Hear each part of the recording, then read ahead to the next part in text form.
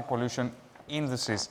Ms. Kosmopoulou, it is a pleasure to see you again. And also, we would like to connect with Ms. Emmanuelle Marie. She comes from the European Commission and from the Circular Economy, Sustainable Production and Consumption Unit. Is Ms. Emmanuelle Marie with us? Of course, digitally. I believe that, yes, hello, Ms. Marie. Hello from Athens. The sound problem again? Yeah? Can we? I can hear you very well. Good afternoon, and sorry not to be with you in Greece. Thank you. Thanks a lot. Glad to be with you also. So we're looking forward for your presentation and speech. So let's see if the technique will work on this side.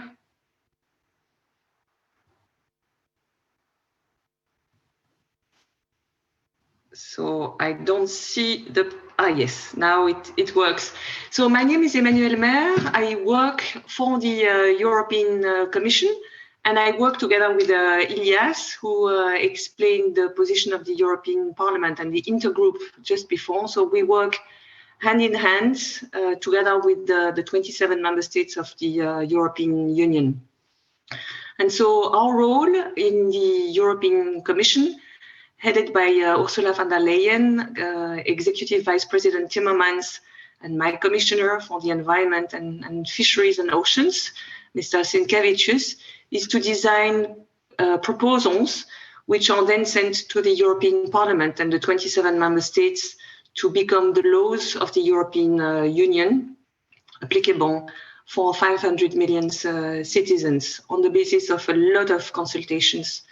So plastics, as you all know, I think, is very much at the heart of our policies, the European Green Deal, but also the Circular Economy Action Plan and the European Strategy for Plastics in a Circular Economy. And there is a small delay in the slides, but the next one should come. Yes, I also wanted to flag to you the objectives of the European Union Zero Pollution Action Plans, where we have targets to reduce marine litter. And the goals are that by 2030, we should reduce 50% of the plastic litter at seas, and also the pollution by microplastics, and you see the figure of 30%. So among the tools which we have at our disposal, we have the Marine Strategic Framework Directive, but we're working also with the regional seas conventions, for example, the Barcelona Convention for the Protection of the Mediterranean, to adopt similar targets, and we have close working relations with them. So still a bit of delay between Brussels, yes, and Greece. So the plastic strategies set the scenes as to what we want to do on plastics, which is to improve the economics and quality of plastics recycling, drive investments and innovation towards circular solutions, push global action, and obviously curb plastic waste and littering. In the Circular Economy Action Plan, one of our key value chain to tackle is, again, plastics. So this gives you the broad policy and strategic framework which has been agreed by the European Parliament and the 27 member states. The next steps on plastics are the following. First of all, we are working to revise the existing packaging and packaging waste directive. Why? Because we are generating too much packaging waste, And we need to focus on prevention, reuse, but also recyclability and compostability, to increase recycled content in packaging, and to make sure that we buy greener, for example, when public authorities are purchasing packaging as well. So this work is currently ongoing, and normally a proposal from the European Commission can be expected to the European Parliament and to the Council by the end of November. Another key area of attention of the European Commission is the so-called bioplastics, because sometimes these bioplastics are seen as a magic solution to conventional plastics. But first of all, bioplastics is a very general term that is used for bio-based plastics, so plastics made out of biomass, or biodegradable and compostable plastics. And this is rather a focus on the end of life of the plastic. So we see a number of opportunities related to these two kinds of plastics, but also a number of challenges. And through a policy orientation, communication, we would like to guide the development of the sector to make the most out of the biodegradable and bio-based plastics. As Nestlé highlighted before, a lot is still to be done on recycled content in different applications. So this is why the industry is working on a challenge that was launched by the European Commission, and the challenge to the industry is to be able to produce 10 million tons of recycled plastics in new products on the European Union market by 2025. So this means that we need to be able to produce these recycled plastics, but also to uptake these. And so a lot of efforts are being done by the industry at present to reach that goal in the coming years. We are also working on recycled content in the context of the well-known Single-Use Plastics Directive, because the directive foresees that by 2025, 25% of the bottles should be made of recyclable plastics. So now we are drafting specific provisions to make sure that this is implemented correctly across the European Union. And this figure of 25% by 2025 will then increase to 30% of plastic bottles made of recycled content by 2030. And we continue to work on the mandatory requirements on recycled content for a series of products which are illustrated below. So you see construction, you see vehicles, but also packaging.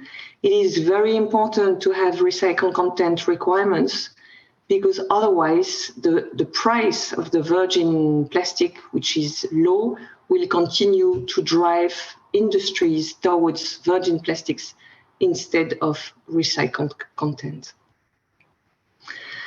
What we're also currently doing is working on the pollution by microplastics, which affects our seas, our rivers, our oceans.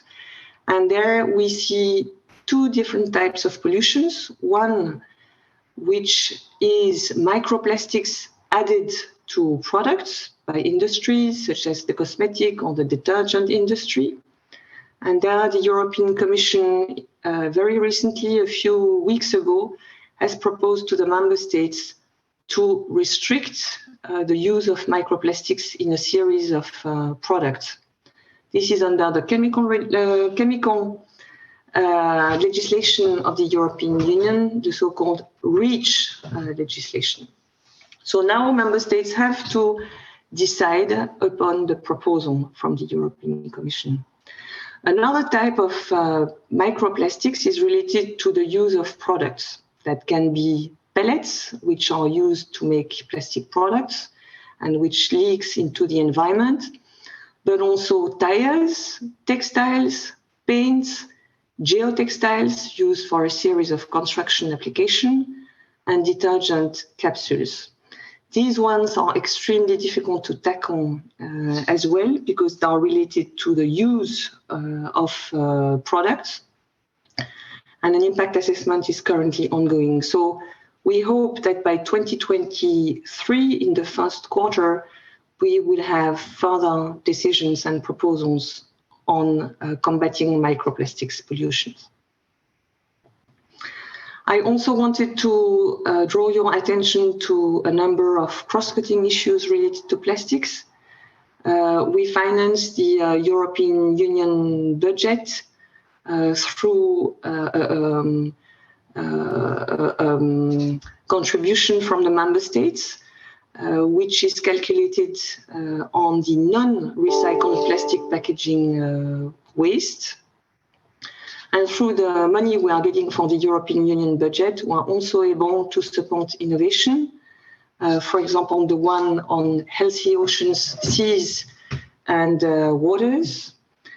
We are able to finance research and innovation to substitute and eliminate hazardous substances.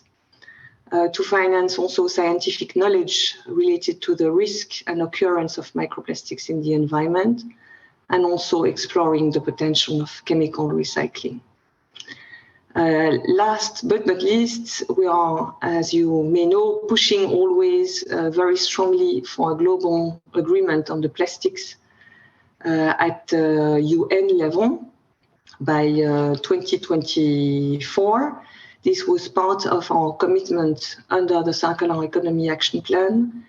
And we are really glad that the United Nations Assembly for the Environment, beginning of this year, accepted the principle of a legally binding instrument for the planet. I mean, we know that it's very difficult to get into international negotiations globally, and having the green light of UNEA for this work was a very positive signal. So experts are currently working on this, and the work should be finalized within 2024. And with this, I would like to thank you very much for your attention, and I stay with you for the next questions and presentations. Thank you. Thanks a lot to Ms. Maire for your presentation. But I would like to ask you questions, and I would like to kindly ask you to try to translate everything that you have said to the language of money. And by saying this, I mean, does the Commission plan to impose any penalties or fees to the member states that do not meet the targets, especially in the plastics recycling? And on the other hand, does the Commission plan to fund the actions for the plastics industry in order to produce plastics that are more easily combusted? Yes, so on your first question, you're right. It's very important to have EU laws and regulations, but it is even more important to have them implemented across the European Union. And we have already many pieces of legislation which needs to be implemented, such as the Waste Framework Directive, the Landfill Directive, or the Single-Use Plastics Directive. So when these are not implemented, the European Commission can, first of all, ask questions to the member states, and there is a process that can go up to the Court of Justice. And if nothing is done really after several steps, then the Commission can ask the Court of Justice to impose fines on the member states for failure to comply. And the importance of implementation of separate collection, of recycling obligation, from minimizing at all costs landfilling. I mean, the objective is 10%, and this is the legal target, binding target, are extremely important. So that's indeed a very good question. We always look at what we can do next in terms of new laws and regulations, but it's also extremely important to implement the ones we have. And in the field of waste management, back in November, we also published publicly the fact that the European Commission was going to the court for a number of member states who had failed to do this. And I think that in the coming weeks, you will also see that we will continue to do so on other legislation. So just watch that space. On your question related to the funding of activities related to bio-based, biodegradable, and compostable plastics, there is already a lot of research and innovation activities in this field. And our objectives are to focus on the environmental sustainability of the production processes, on the use and the disposal of these plastics. And future areas of work related to circular bio-based plastics will probably be highlighted in the policy document on bioplastics, which will be published also towards the end of November. So there you will see also more political orientations from the Commission on that. Maire, thank you a lot for your answer and your presentation. Ladies and gentlemen, let's move forward to our next speaker. It is a very well-known person. She's a very well-known person. It's Dr. Angeliki Kosmopoulou, Executive Director of Athanasios Laskaridis Charitable Foundation. Dr. Kosmopoulou, great to see you again. And what is your opinion? Are we going to face more fines as a country because we do not recycle as much as we should? Well, there are many things that are not being done properly, but I would like to restrict my own brief talk today, to things that have to do with civil society. So as a representative of civil society, among many people like policymakers and scholars and experts, I think I should limit myself to something that I really know well. And as the topic of today's meeting is marine litter, I want to take you back to the beginnings. I hope this is going to work now. And take you back to the Greek seas. It's the end of the summer, so it seems. It's a rainy day today, but we've all hopefully enjoyed our summer. And it's a season that has been particularly good for Greek tourism. And when we think of the sea, when we close our eyes and think of the sea, we tend to think of something like this: pristine, beautiful, something that we are willing to enjoy. But reality often clashes with this idea, because oftentimes when we visit the Greek seas, we see images like this. This is one of many snapshots that represent our work, a representative of the work that we're asked to do at the Greek coastline. And where this photograph was taken is really not of importance, because similar pictures you can see all over the country, unfortunately. So we have tons of marine pollution stranded on the Greek beaches. In addition to that, we have floating litter. This is a very recent picture from the small marina in Koufonisi, one of the most popular Greek islands in the Cyclades, in the heart of the Aegean.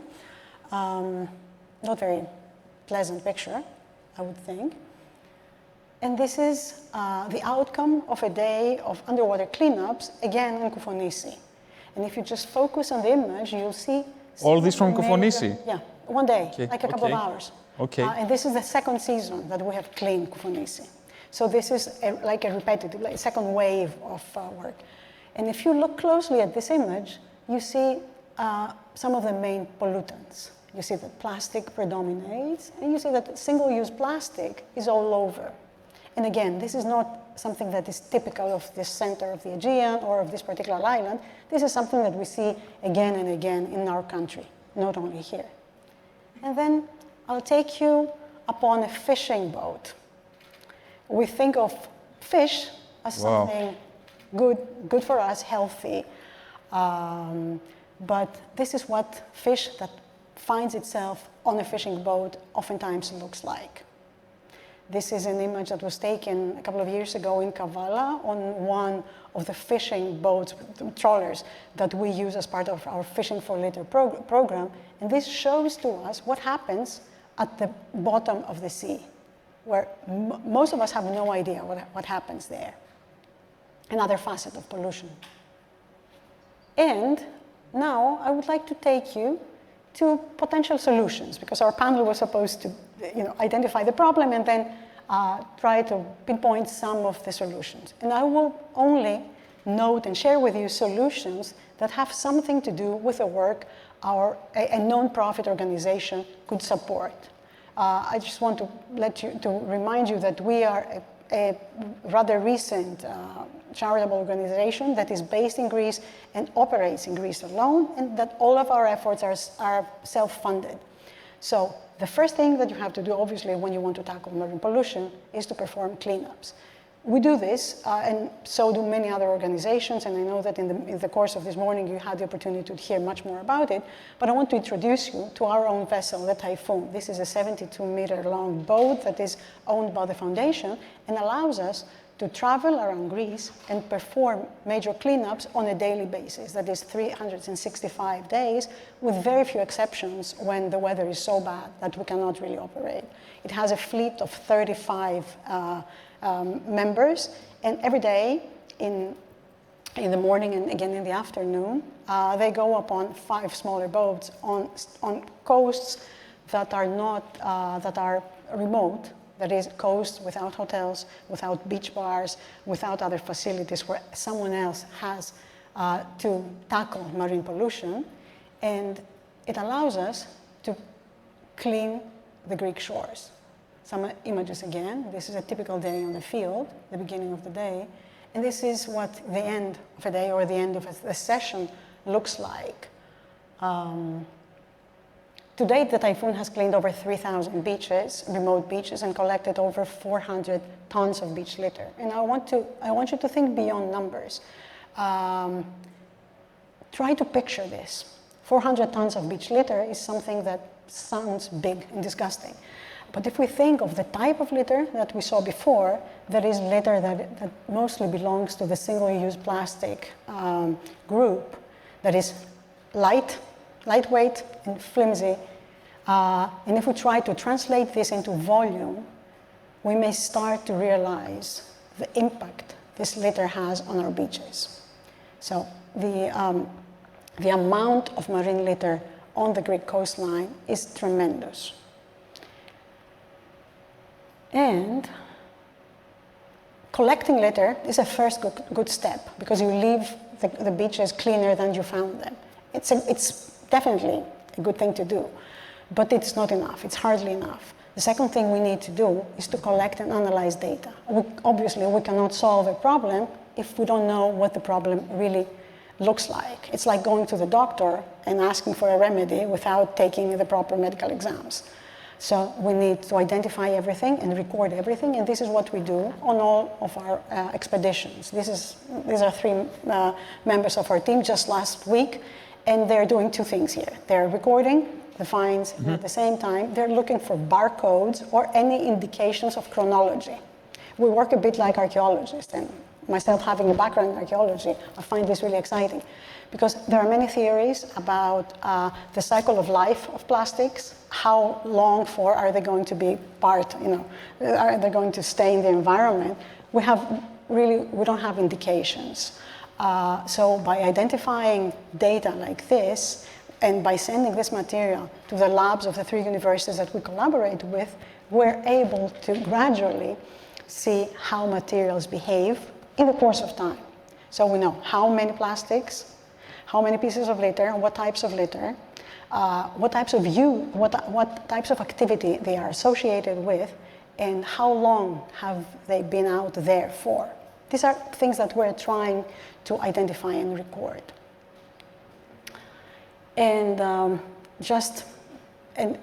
give you an idea of the commonest types of beach litter, plastics predominate in different forms. That is, small pieces of plastic are number one, but then styrofoam that is connected with fishing activity, plastic bottles, plastic lids, ropes and strings that again are connected with fishing activity. They're made of plastic, cups, everything.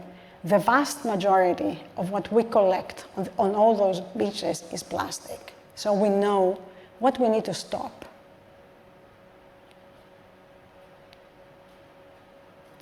In addition to that, we need to fund and support research. No one of us, no one entity can solve such a big crisis alone.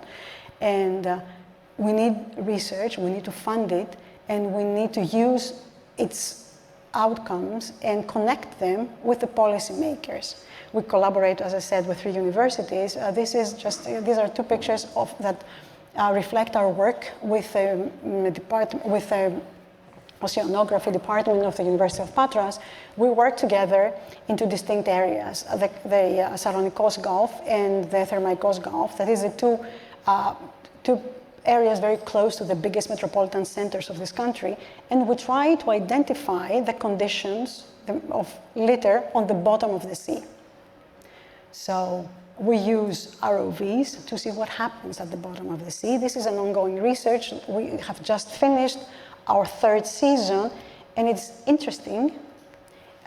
We're very happy that we're able to fund it, but at the same time, it's really disheartening because we see that there is litter in places where we cannot see. This is a bottle of water deteriorating that is found at the depth of like 50 meters. And it's not just one, it's many of them. And this is a category of litter that we tend to forget about because we don't see it. It's not something that is before our eyes all the time. It's not something that looks ugly and makes us want to change it. So knowing the streams of litter is very important to us. Another thing we can do is that we educate youth, along with many other organizations that do similar stuff. We tend to think, we say lots of things about youth. The young people are the future. Young people have part of the solution in their hands, and this is true. But in order for them to be an agent that is going to promote this environmental agenda, we have to start working with young people at a very young age. And we have to give them the ideas, and we have to listen to them, because they are not only recipients of our own knowledge, sources of knowledge, but they have their own ideas. So we start working with kids from the first grades of elementary school all the way to the end of the Greek schooling system. And one of the things that we're doing is that we're now offering citizen science programs where we give kids in remote Greek areas, the opportunity to measure several parameters that have to do with the marine environment and report back to us in order to know that they are part of the solution. So we need to educate the youth. At the same time, we need to educate other stakeholders. It's not only youth, it's all of us. It's the fishing community. You see one of the fishermen that are participating in one of our programs there. They are the ones who are making a living out of the sea. So for them, the health of the sea is of the utmost importance for their own sustenance.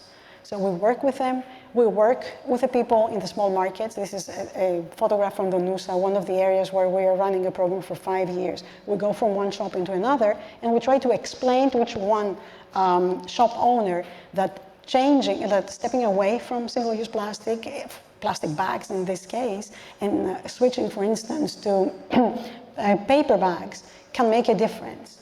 But this takes a lot of time, it takes a lot of effort, and a lot of repetition. And we should not forget that time is of essence now. So we have to work with all the stakeholders, but work really fast. We work with the inhabitants of small areas, and we go again and again there. We work a lot, and we need to work more with the local municipalities, because they are the ones who are going to translate the frameworks into something that is meaningful to their own community. And, sorry, excuse me, one more. We need to, and we need to collaborate. We need to collaborate with all other agents that have part of the solution in their own hands. That is, with the academic community, with other civil society agents, with the Greek state, and we have to connect the dots essentially, because there are so many efforts out there that are really meaningful, but what lacks in our case, in the case of our country, is the glue that can bind all these elements together. So this here is a picture that shows some of our collaborators, and actually some of them are represented in this room, but we're hardly enough. We need to work with all the stakeholders if we want things to change in the field. And this is just a final slide to show you who these people are and where they come from. So our effort as an independent agent of change is to work with all of them, to do what we can do, and to take the risk to try out things, even if they don't work in the end, or they do not work as well as we wanted to. Because this is what a charitable foundation should do. Thank you. Thanks a lot, Ms. Kosmopoulou. And I would like to ask you whether you would like to reveal any of your future collaborations as Athanasios Laskaridis Charitable Foundation. Yes, definitely. We want to work more with the academic community. We see the results of this collaboration already, because as a self-funded foundation, we have the opportunity to do this, and we're more flexible than the state organizations are. So we want to do more of that, and we want to work closely with the state, as I said, in order to provide things that are necessary, but are not granted at this stage. Even bringing back the outcomes of pilot projects is necessary for the state. Now our country has a legislative framework for single-use plastics, for instance. But does it work? Is it implemented properly? Are there holes here and there? Are there things that are to be improved? There are. And organizations like ours and many other civil society organizations can just, raise this flag and say, yes, things are in place, but there are many things that are missing. Can we take on some more responsibility to do something about that? Our foundation had the privilege to work closely with the Greek state as a coordinator of the national efforts in order to translate the European regulations regarding single-use plastics into the Greek legislation. But there is a huge gap between theory and plans that you make on paper and actual implementation. For instance, still 2 years later, we see plastic straws again in the Greek market. So things like that, red flags, are very important if we want to work closely with all the stakeholders. Dr. Kosmopoulou, thanks a lot for your presentation and your kind answer. Ladies and gentlemen, it has been a pleasure, and I believe that this is one of the best times that you have been waiting for. Let's move to the networking cocktail.